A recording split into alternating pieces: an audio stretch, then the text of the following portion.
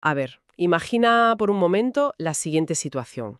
Tenemos sobre la mesa un reloj suizo antiguo. Vale, una joya de precisión, digamos. Eso es, una auténtica obra de ingeniería milimétrica, llena de resortes invisibles, rubíes y engranajes que son del tamaño de la cabeza de un alfiler. Sí, algo súper delicado. Y de repente, pues empieza a fallar. Necesita un ajuste interno. La lógica te dicta que lo lleves a un maestro relojero, ¿no? Claro, a un especialista. Pues imagina que, en un giro incomprensible, decides dejar ese reloj en un taller de chapa y pintura de coches. Madre mía. Al fin y al cabo, en ambos sitios usan herramientas metálicas, tornillos y pulidoras. Ya, pero es una imagen ridícula. O sea, la escala de intervención es totalmente incompatible. Exacto. Aplicar, no sé, un martillo neumático o una pulidora industrial a un mecanismo de alta precisión, pues te garantiza la destrucción total de la maquinaria. Te lo cargas. Te lo cargas por completo.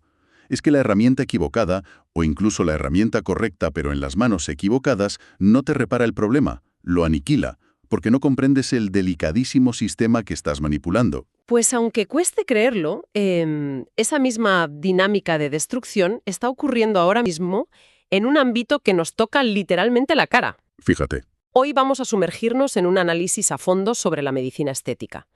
Y ojo, no lo vamos a hacer desde la perspectiva superficial de los cánones de belleza, para nada. No, desde la ciencia clínica rigurosa. Eso es. Tenemos sobre la mesa un documento sumamente revelador. Es de una clínica llamada Dentamed. Sí, Y el texto lleva un título muy claro: La importancia de la medicina estética segura. un título que ya te dice por dónde van los tiros. Totalmente.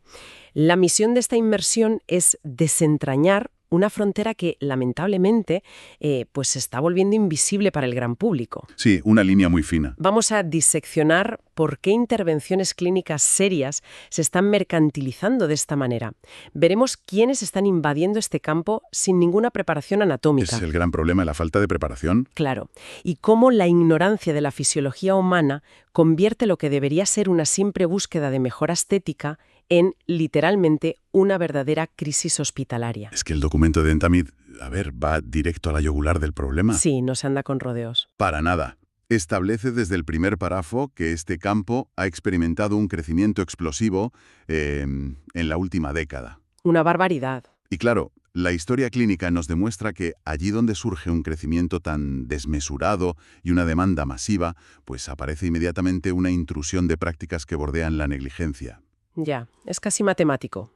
Estamos presenciando cómo intervenciones que exigen una formación microscópica se están analizando en entornos que diluyen cualquier percepción de riesgo médico. Y para desenredar todo esto, me parece indispensable definir qué abarca realmente la medicina estética. Fundamental. Porque, a ver, existe un malentendido monumental en la sociedad ahora mismo. El informe de esta clínica es categórico. O sea, rechaza de plano la idea de que esto se limite simplemente a verse bien. Exacto. No es maquillaje. No. La define de forma estricta como una rama de la medicina con todas las de la ley, fundamentada en bases científicas, fisiológicas y anatómicas puras. Es decir, alterar la biología en tiempo real. Claro, no estamos hablando de aplicar maquillaje sobre un lienzo inerte, como decías. Y para anclar esta idea a la realidad, el texto especifica exactamente de qué tipo de intervenciones estamos hablando. Sí. Porque menciona la aplicación de toxina botulínica, los rellenos con ácido hialurónico, la mesoterapia. Y los tratamientos con láser médico. Eso es. Y resulta crucial entender que ninguno de estos elementos es un cosmético de superficie. Para nada. Todos y cada uno de ellos requieren una manipulación directa, profunda y sobre todo invasiva de la biología humana. Vale, pero aquí es donde quiero hacer de abogado del diablo. A ver, dime. Porque entiendo perfectamente por qué existe tanta confusión. A simple vista, el acto de inyectar un relleno de ácido hialurónico parece un proceso supermecánico. Sí, desde fuera lo parece. Casi como hacer un tatuaje diminuto. O sea, coges una jeringa, presionas un émbolo para introducir un gel bajo la piel y rellenas un surco. La mecánica exterior parece rudimentaria. Ya. Entonces, ¿dónde dibuja la fuente exactamente la línea infranqueable entre un capricho cosmético y un procedimiento médico complejo? Pues mira, esa ilusión de simplicidad visual es precisamente la trampa en la que cae la inmensa mayoría de la gente. Claro. El acto de presionar una jeringa es mecánico, desde luego, pero el entorno interno donde penetra esa aguja es un campo de minas anatómico. Un campo de minas, me gusta esa expresión. Es que la frontera entre lo cosmético y lo médico radica en todo aquello que es invisible desde fuera. El rostro humano no es, digamos, una masa de arcilla uniforme. No es plastilina. Exacto. Es una estructura estratificada, atravesada por una red tridimensional que es asombrosamente densa. Hablamos de vasos sanguíneos, nervios motores que controlan las expresiones, terminaciones sensitivas. Múltiples capas musculares que se solapan. Sí, y que varían en milímetros de una persona a otra. O sea, navegar por esa estructura sin conocimiento tiene que ser como intentar desactivar una red eléctrica a oscuras. Es una analogía muy gráfica y muy real. Cuando la clínica habla de practicar la estética de forma responsable y profesional, se refiere a que quien sostiene la aguja debe tener un mapa mental topográfico exacto de esa red. Claro, saber por dónde te mueves. Fíjate en el ejemplo de la toxina botulínica que menciona el documento. No se trata de planchar una arruga desde fuera. No, no. Se está inyectando una neurotoxina purificada que tiene la capacidad biológica, ojo, de interceptar las señales químicas entre el sistema nervioso y las fibras musculares. ¡Qué barbaridad! Dicho así, pone muchísimo. Es que si no conoces a la perfección el origen y la inserción anatómica del músculo objetivo, la neurotoxina puede migrar Uf. o inyectarse en un músculo adyacente, provocando la parálisis involuntaria de una zona completamente equivocada de la cara. Te paraliza lo que no debe. Literalmente. Y luego está la mesoterapia, que es otro término que suele escucharse junto a, no sé, tratamientos relajantes o de spa, Sí, parece inofensivo. pero sus implicaciones no suenan para nada a un día de balneario. Según se describe en el ámbito clínico, implica realizar múltiples microinyecciones. Sí, para atravesar la epidermis. Eso es, atravesar la epidermis y llegar a la capa media de la piel. Todo para introducir compuestos activos, fármacos o vitaminas para tratar grasa localizada o regeneración celular. Claro. O sea, al fin y al cabo, requiere vulnerar deliberadamente la barrera protectora natural del cuerpo humano. No es algo que te apliques con un algodón por encima. Es que al vulnerar esa barrera protectora, abres instantáneamente la puerta al terreno de las infecciones bacterianas cruzadas, ¡Qué peligro! las respuestas autoinmunes, reacciones sistémicas adversas. Por eso el conocimiento médico no es un valor añadido, es el requisito mínimo indispensable. Totalmente. Y sabiendo que debajo de la piel nos encontramos con toda esa complejidad tridimensional que comentabas, resulta verdaderamente alarmante llegar al núcleo del problema. Sí. Porque el documento lanza lo que califica literalmente y además lo pone en letras mayúsculas como una alerta importante. Es una alerta roja, sí. Denuncia de forma directa que el mercado actual sufre una peligrosa invasión por parte de individuos que se dedican a realizar estos procedimientos sin tener siquiera el título de medicina. Es una usurpación de funciones pura y dura. Y está amparada por esta extrema trivialización de los retoques estéticos en la cultura que tenemos hoy en día. Es que el texto enumera sin ningún reparo a los grupos profesionales que están incursionando en este terreno. Y el desglose te revela el nivel de atrevimiento que hay. Es impactante, la verdad. A ver, analicemos quiénes componen esta lista de intrusismo. El informe señala explícitamente a dentistas, a técnicos de extensiones de pestañas, Ojo, de pestañas. nutricionistas, cosmetólogas sin formación médica clínica y, en el extremo ya más preocupante, a personas sin absolutamente ningún tipo de preparación. Tela. Detengámonos un segundo a procesar la disonancia de esta situación.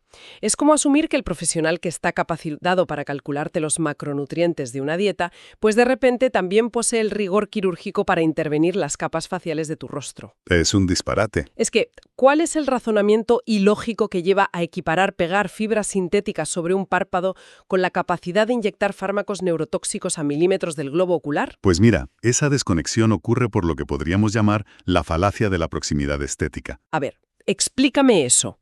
El problema fundamental que subraya el texto es que estos individuos catalogan y comercializan intervenciones invasivas como si fueran simples mejoras de superficie. Ya, lo venden como un tratamiento de belleza a más. Exacto. Y el peligro se camufla maravillosamente bien gracias a la atmósfera del entorno. Ah, el lugar donde te lo hacen. Sí, claro.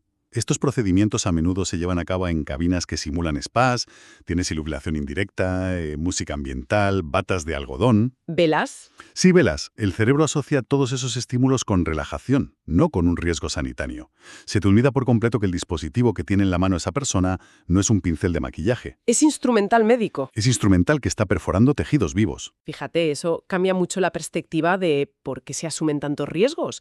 Porque cuando un paciente entra a un entorno hospitalario, de verdad, el cerebro registra las luces quirúrgicas, el material esterilizado en acero inoxidable, las batas verdes. El olor a hospital. Exacto.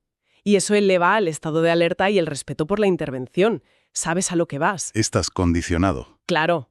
Pero en un entorno lúdico, esa alerta desaparece por completo.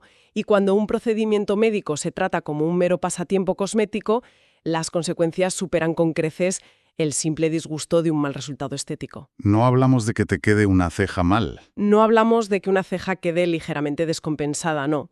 Aquí es donde la fuente detalla lo que podríamos llamar la anatomía de un desastre. Sí, y el documento profundiza sin miramientos en los daños reales de acudir a este personal no cualificado. No usan eufemismos comerciales, desde luego. Para nada. Se nombran patologías clínicas que transforman un tratamiento que era voluntario en una urgencia de salud pública. A ver, la lista de complicaciones que enumera el informe incluye infecciones severas, asimetrías faciales permanentes, daño nervioso y, un término que me resulta particularmente escalofriante, necrosis.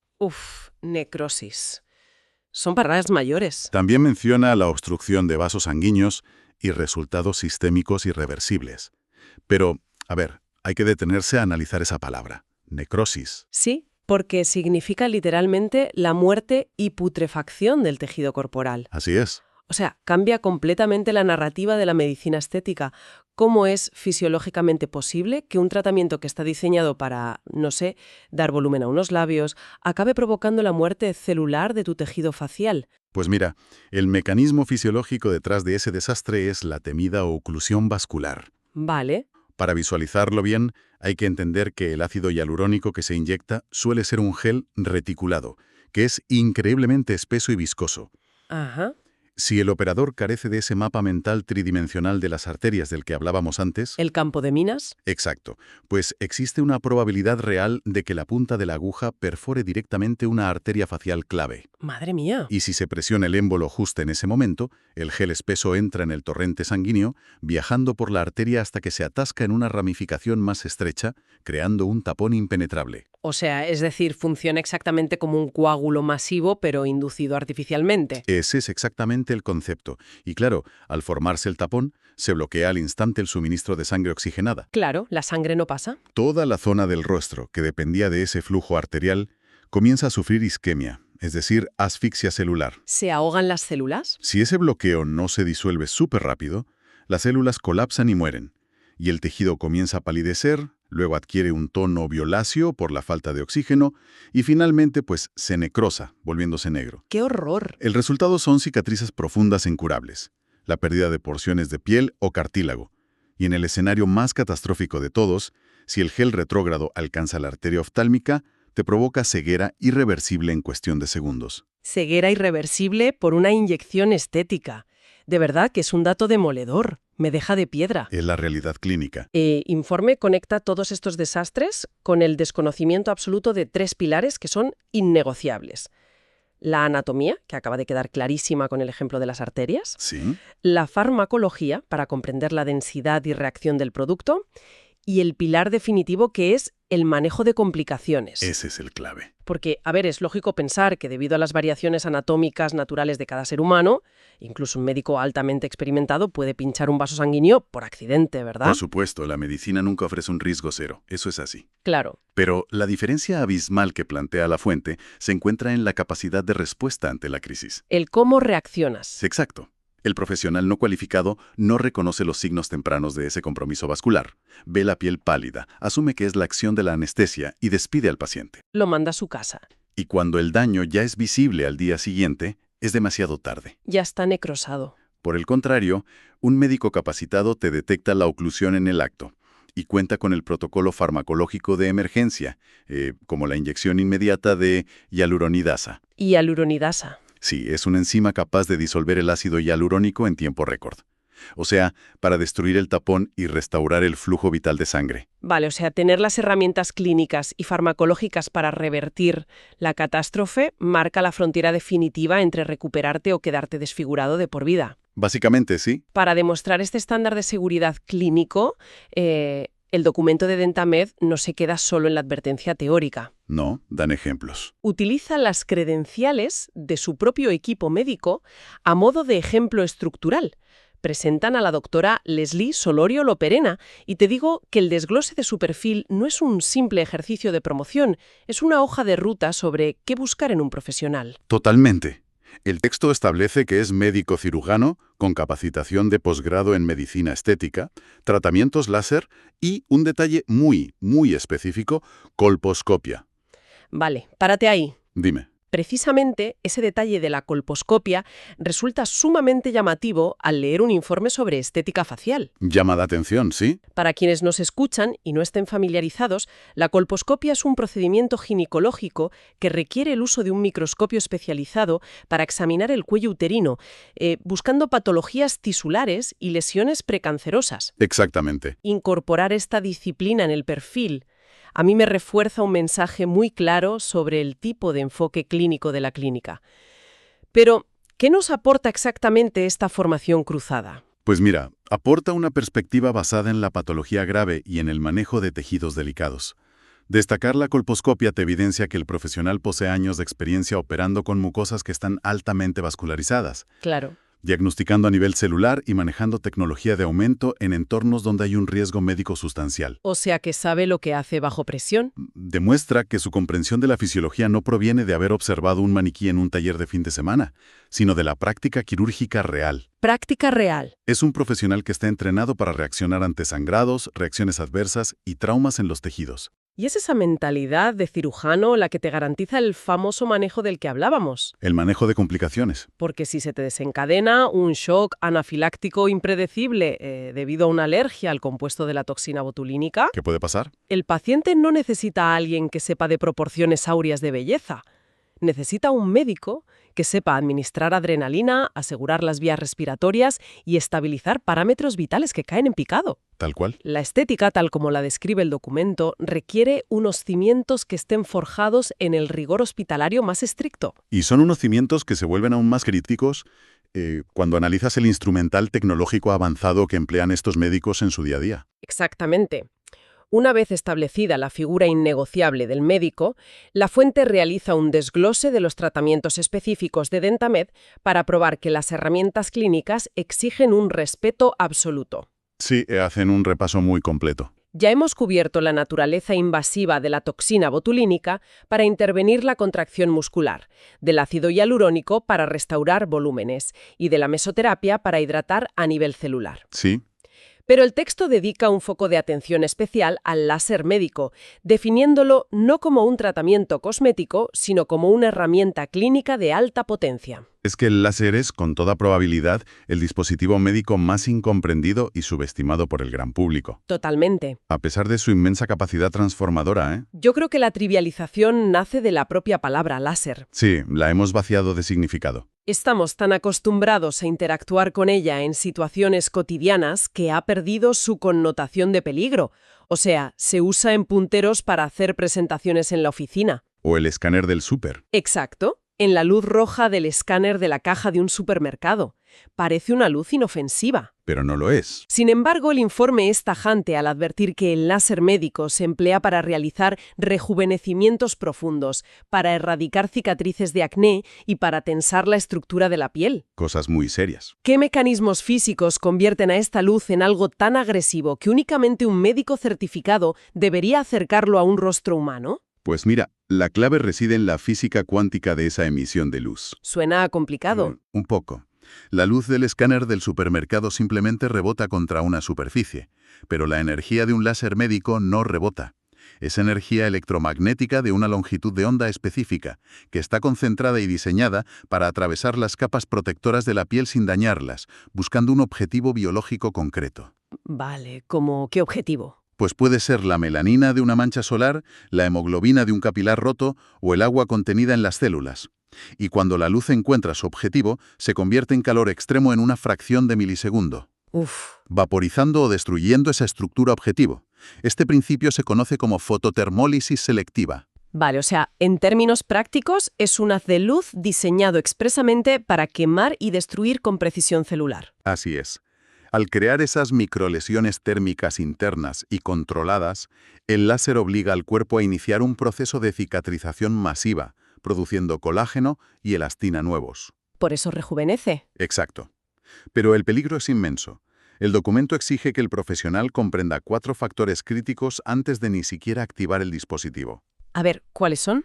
La profundidad de penetración exacta, el fototipo o tipo de piel del paciente, los parámetros de energía adecuados y las contraindicaciones clínicas previas. Vale, si analizamos la interacción de esos factores, el riesgo de equivocarse con el tipo de piel me parece altísimo. Lo es. Si un fototipo oscuro tiene una alta concentración de melanina natural, me imagino que el comportamiento de la luz varía por completo. Varía de manera drástica.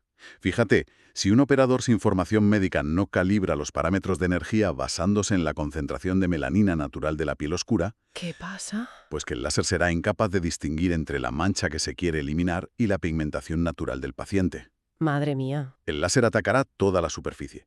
Y en lugar de un rejuvenecimiento, el resultado será una quemadura de segundo o tercer grado. O sea, te quema la cara. Despigmentación permanente que te deja zonas completamente blancas, o la formación de tejido cicatricial hipertrófico que deforma la zona tratada para siempre. ¡Qué barbaridad!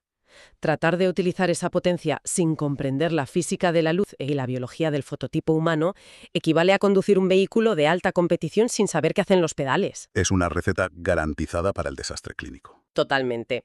Lo que nos lleva, de manera natural, a la conclusión de todo este extenso análisis. El mensaje fundamental que subyace a lo largo de todo el documento de la clínica Dentamed es un baño de cruda realidad. Sí, te pone los pies en la tierra. El rostro y la integridad del cuerpo no son, bajo ninguna circunstancia, un lienzo de ensayo y error. No existe margen para la improvisación cuando se interviene el mayor órgano del cuerpo humano, que es la piel y sus estructuras subyacentes. La advertencia que arroja la fuente es nítida. Intentar ahorrar o ignorar el estatus médico del profesional sale increíblemente caro. Muy caro. Y el informe no se refiere solo al enorme coste económico de pagar múltiples cirugías reconstructivas para solucionar una necrosis o una quemadura. ¿Que también? Que también, sino al coste psicológico y fisiológico, que a menudo resulta permanente. El mandato imperativo que se extrae de esta información es clarísimo. Se debe verificar sistemáticamente que la persona a cargo de la aguja o del láser posee un título de medicina y formación clínica verificable. Constituye un llamamiento ineludible a la responsabilidad sanitaria compartida.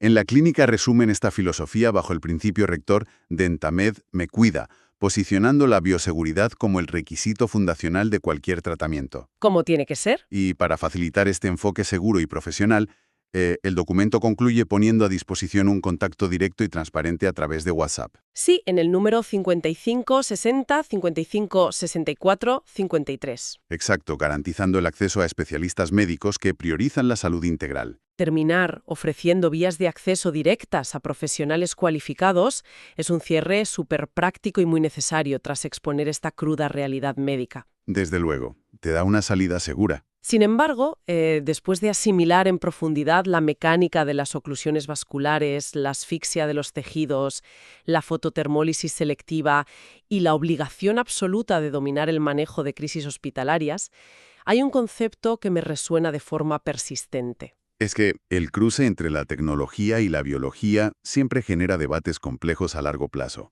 Y el ritmo de ese avance no se detiene. La aparatología médico-estética evoluciona a un ritmo vertiginoso, desarrollando formulaciones y láseres capaces de alterar la fisiología humana de maneras cada vez más profundas e irreversibles. Cierto. Y de forma simultánea, el mercado empuja con fuerza para que estas herramientas se perciban como bienes de consumo triviales y masivos. A la vista del riesgo de provocar ceguera o muerte tisular que hemos analizado hoy, pues cabe plantearse un escenario inminente. A ver qué opinas. Llegará el momento, en un futuro no muy lejano, en que la legislación sanitaria fuerce a la medicina estética a divorciarse definitivamente de la industria cosmética y de la belleza. Ojalá, sería lo suyo. expulsándola para siempre de salones y spas y obligando a que se practique bajo las mismas regulaciones draconianas, exclusividad hospitalaria y rigor normativo que hoy se le exigen a la neurología o a la cirugía cardiovascular. Fíjate, es un debate ineludible. Es un debate sumamente profundo y que merece la pena madurar muchísimo, antes de agendar la próxima intervención estética.